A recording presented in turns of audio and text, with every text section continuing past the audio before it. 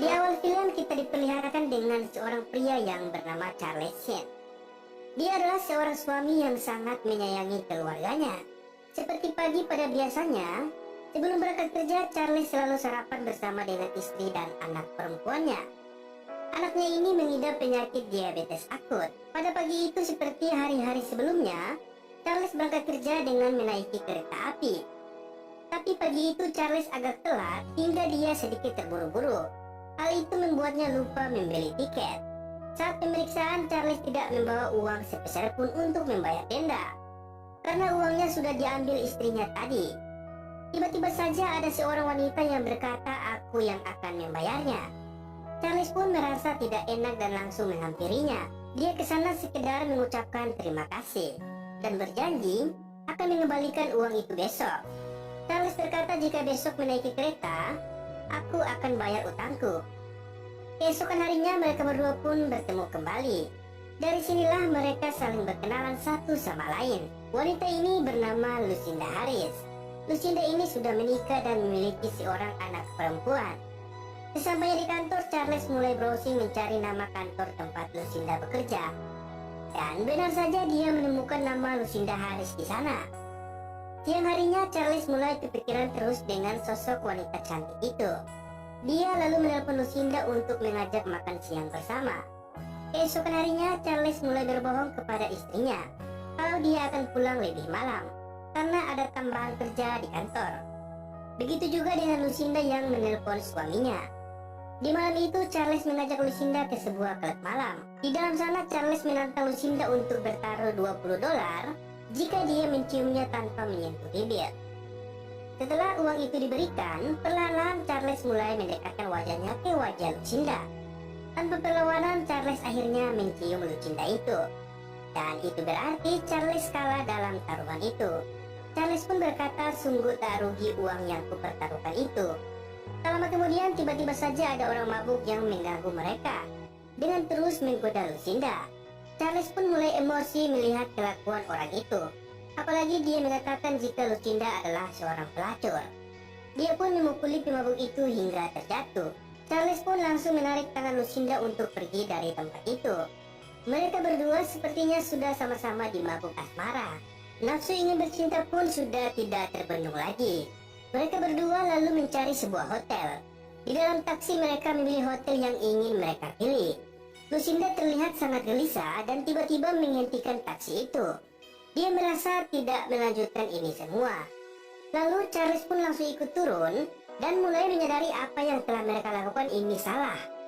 Namun keadaan sudah sangat larut malam, dan tidak jauh dari sana ternyata ada sebuah hotel kecil. Charles pun langsung menuju hotel itu untuk memesan kamar. Setelah mereka berdua di dalam kamar, Charles menanyakan Lucinda apakah ingin pulang atau tetap di hotel. Lucinda pun menjawab kalau dia ingin tidur dengan Charles. Lalu mereka pun mulai bercumbu. Dan ketika ingin bercocok tanam, tiba-tiba terdengar suara pistol yang dikokang diarahkan di kepala Lucinda. Ternyata seorang perampok telah masuk ke dalam kamar itu karena mereka lupa mengunci pintunya. Perampok itu pun langsung memukul Charles dan meminta mereka berdua memberikan dompetnya masing-masing.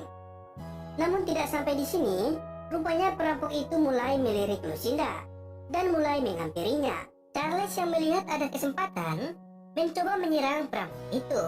Tapi dengan cepat, si perampok itu mematahkan serangan Charles itu. Akibatnya Charles terjatuh dan kepalanya terbentur di meja. Setengah sadar, Charles masih berusaha bangkit.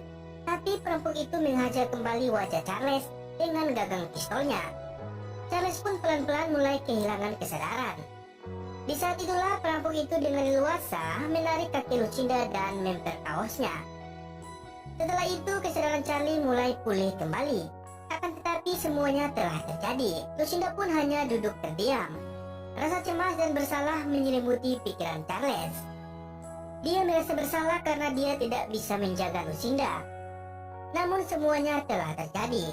Charles pun menawarkan Lucinda ke rumah sakit.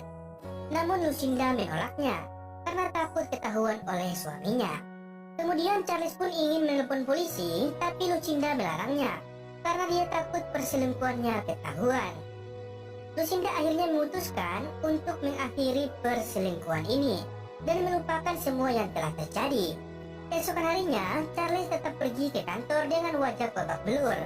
Bosnya pun menanyakan kondisinya. Charles hanya menceritakan kalau semalam dia ditodong dan dia juga sudah pergi ke rumah sakit. Lalu bosnya pun menyuruh Charles untuk pulang saja dan beristirahat. Sesampainya di rumah, Charles memberikan alasan yang sama kepada istrinya. Tak lama kemudian teleponnya berdering. Dan saat Charles mengangkat telepon itu, ternyata perampok yang semalam yang menelponnya. Di saat bersamaan istrinya pun juga ikut mengangkat telepon itu. Karena telepon di rumahnya saling terhubung. Jadi istrinya bisa mendengar obrolan di telepon itu. Charles mengatakan itu hanya urusan pekerjaan dan menyuruh istrinya untuk menutup telepon itu. Dengan begitu si perampok jadi tahu kalau Charles tidak menceritakan kejadian sesungguhnya. Mulailah perampok itu memerasnya. Dia meminta uang tutup mulut seharga $20.000. Dan Charles pun mengiyakannya. Namun keesokan harinya, sebelum dia memberikan uang itu kepada si pencuri, dia pun pergi ke kantor Lucinda untuk menyampaikan hal tersebut. Di sana dia mengajak Lucinda untuk melaporkan kepada polisi. Akan tetapi Lucinda menolak, karena jika lapor polisi, maka suaminya akan tahu, dan anaknya pasti akan dibawa oleh suaminya itu. Lalu Lucinda memberikan uang kepada Charles. Dia berharap bisa membantu beban Charles. Tentu saja Charles langsung menolaknya. Di akhir pertemuan, Lucinda juga mengatakan sebaiknya kita tidak usah berhubungan lagi. Lalu Charles pun pergi menemui si perampok itu di tempat yang sudah disepakati, tentunya untuk memberikan uang tersebut. Dan ia berharap masalah ini segera selesai. Tapi selang beberapa minggu, Charles mendapatkan telepon dari si perampok itu lagi. Dan Charles pun langsung mengatakan kalau kali ini dia tidak memberikan uang sedikit pun. Tapi tak disangka ternyata si perampok kali ini menelpon dari rumah Charles. Dan Charles pun bergegas berlari menuju ke rumahnya. Si perampok ternyata sudah di rumah Charles dan sedang berbincang dengan istri dan anaknya. Dia mengaku sebagai teman kerja Charles. Kali ini sambil mengancam, si perampok tersebut meminta uang $100.000. Mengingat karakter si perampok yang sangat sadis, Charles pun memikirkan nasib anak dan istrinya. Sepertinya dia tidak punya pilihan lain selain memberikan uang itu kepadanya. Tapi sebelum memberikan uang itu, Charles mencoba berbicara kepada pengacaranya. Dia menceritakan segalanya yang terjadi. Namun menurut sang pengacara, karena kejadiannya sudah 6 minggu dan bukti-buktinya juga tidak kuat, ditambah lagi dia masuk ke rumah Charles tanpa mendobraknya, menurut pengacara itu hal yang sangat mustahil untuk menuntutnya di pengadilan, kecuali jika Lucinda mau memberikan saksi. Charles pun kembali menemui Lucinda di kantornya. Charles menceritakan yang terjadi dan mengajak Lucinda membuat laporan ke polisi. Tapi Lucinda tetap menolak. Dan lebih mengejutkannya lagi, Lucinda justru mengatakan kalau dia baru saja aborsi akibat pemerkosaan itu. Ternyata Lucinda membuat Charles tak tahu harus berbuat apa lagi. Hal ini semakin membuat dia frustasi. Di tengah stres, Charlie mencoba berbicara dengan Wilson, seorang office boy yang cukup akrab dengannya di kantor. Dia tahu dulu Wilson pernah di penjara, jadi Wilson bisa sedikit membantunya. Setelah Charles menceritakan semua hal yang menimpanya, Wilson pun memberikan penawaran dengan cukup bayar 10% saja, dan dia akan membereskan si perampok ini. Charles yang tidak punya pilihan lain langsung menyetujuinya. Sesampainya di tempat yang sudah disepakati, Wilson berbicara sambil menunjukkan kalau dia membawa pistol yang tidak ada isinya untuk menakuti si perampok itu. Tapi belum selesai berbicara, Wilson sudah ditembak oleh si perampok itu. Dan perampok itu mengancam agar Charles segera menyiapkan uangnya.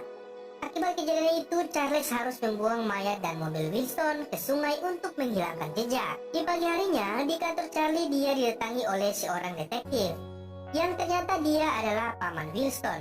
Sang detektif mengatakan kepada Charles bahwa Wilson semalam dibunuh dan mayatnya dibuang ke sungai. Mendengar pernyataan itu, Charles pun pura-pura kaget. Lalu sang detektif menanyakan apakah Charles memiliki pistol dan apa yang Charles lakukan semalam. Belum sempat menjawab pertanyaan itu, telepon pun berbunyi. Ternyata si perampok itu sedang mengancam Lucinda di apartemennya. Si perampok mengancam jika dalam waktu 20 menit Charles tidak membawa uangnya, maka Lucinda akan dibunuh. Begitu juga istri dan anak Charles. Charles lalu pergi ke bank untuk mengambil uang tabungannya. Sebenarnya uang itu adalah simpanan untuk pengobatan anaknya nanti. Tapi karena ia telah bermain api, maka ia harus memadamkan api itu. Charles tidak punya pilihan lain. Dia tidak ingin Lucinda dan keluarganya dibunuh seperti Wilson. Ia segera pergi menuju ke apartemen yang diberitahukan si perampok itu. Sesampainya di sana, nampak Lucinda sedang diancam oleh perampok itu. Dengan cepat, si perampok itu meminta uangnya. Lalu Charles pun memberikannya. Setelah si perampok pergi, Charles menanyakan keadaan Lucinda dan mengatakan kalau semua ini sudah berakhir karena dia sudah memberikan segalanya. Lantas, apakah semua telah berakhir? Tentu saja belum. Masalah Charles memang sudah berakhir, tapi twist pada film ini baru saja akan dimulai. Meskipun Mimin yakin kalian pasti sudah bisa menebaknya, tapi mari kita lihat balas dendam dari Charles ini. Scene kemudian berpindah yang memperlihatkan Charles mencoba menemui Lucinda di kantornya. Yang mengejutkannya lagi, ternyata Lucinda Harris adalah orang lain. Dan wanita yang mengaku sebagai Lucinda selama ini hanya karyawan kontrak sementara di sana. Charles pun langsung pergi ke apartemennya. Sesampainya di sana, ternyata apartemen itu disewakan bulanan. Dan lebih kagetnya lagi, ternyata di brosur apartemen itu ada foto anak kecil yang Lucinda pernah bilang bahwa itu foto anaknya. Ternyata itu bukan anaknya, melainkan foto brosur dari apartemen itu.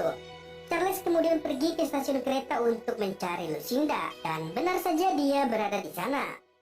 Ketika Charles ingin menghampirinya, ternyata ada laki-laki lain yang sedang bersamanya. Charles pun mencoba membuntuti Lucinda, dan betapa kagetnya Charles, ternyata Lucinda menemui si perampok itu dan saling berpelukan layaknya pasangan suami istri. Charles mulai menyadari kalau dia ternyata korban penipuan dari kedua pasangan ini. Tak terima dengan semua ini, Charles mulai mengatur rencana. Dia kembali menuju ke hotel tempat dia dirampok dan langsung memesan kamar tepat di sebelah ketika pertama dia dirampok. Dan dia mulai mengikuti Lucinda yang sedang bertemu dengan korban barunya. Ternyata memang Lucinda selalu mengatur agar para korbannya menuju ke hotel ini karena mereka sudah bekerja sama dengan pihak hotel. Begitu Charles melihat mereka ingin memulai aksinya, Charles pun mulai masuk dan memukul si perampok dari belakang hingga tidak sadarkan diri. Dia lalu masuk ke dalam kamar sambil menodongkan pistol. Charles menjelaskan kepada pria itu bahwa mereka semua adalah komplotan penipu. Si perampok mulai kembali sadar. Charles pun memukulnya dan meminta uangnya dikembalikan. Namun di tengah perdebatan, si korban pria yang ketakutan mencoba merebut pistol Charles agar dia bisa keluar dari sana. Akhirnya baku tembak pun tak terelakkan. Lucinda tertembak, begitupun si perampok dan temannya.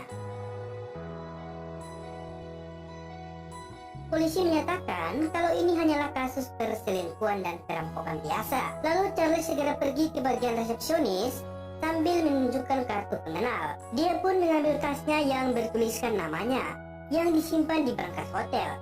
Dan itu adalah tas yang berisikan uang kepada perampok sebelumnya. Akhirnya Charles pun berhasil mengambil kembali uangnya itu. Keesokan harinya ketika di kantor, ternyata Charles ketahuan mengambil uang $10.000. Akibatnya dia mendapatkan hukuman sosial, yaitu mengajar para narapidana di penjara selama 6 bulan. Ketika dia sedang mengajar, dia melihat sebuah buku yang bertuliskan tentang dirinya. Dia lalu membukanya dan ternyata buku itu menceritakan tentang dirinya sendiri. Charles pun jadi penasaran siapa penulis buku ini. Di akhir bacaan, Charles diarahkan menuju ke ruang cuci baju. Charles yang penasaran langsung pergi ke sana. Dan ternyata perampok itu belum meninggal dan dia mendekam di penjara itu. Ternyata si perampok ini sudah mengetahui jika Charles yang akan mengajar di penjara ini, dan dia akan balas dendam atas kematian Lucinda. Tapi lagi-lagi tak disangka ternyata justru sebaliknya. Charles lah yang sudah mengatur semua ini agar dia bisa ditempatkan di penjara ini untuk bisa membunuh si perampok ini. Charles pun menyatakan kepada polisi kalau dia diserang dan itu hanya bentuk pembelaan diri. Dan film pun selesai. Oke teman-teman, itulah alur cerita film kali ini. Mimin sangat puas dengan balas dendam dari Charles ini. Gimana dengan kalian? Terima kasih sudah menonton dan sampai jumpa.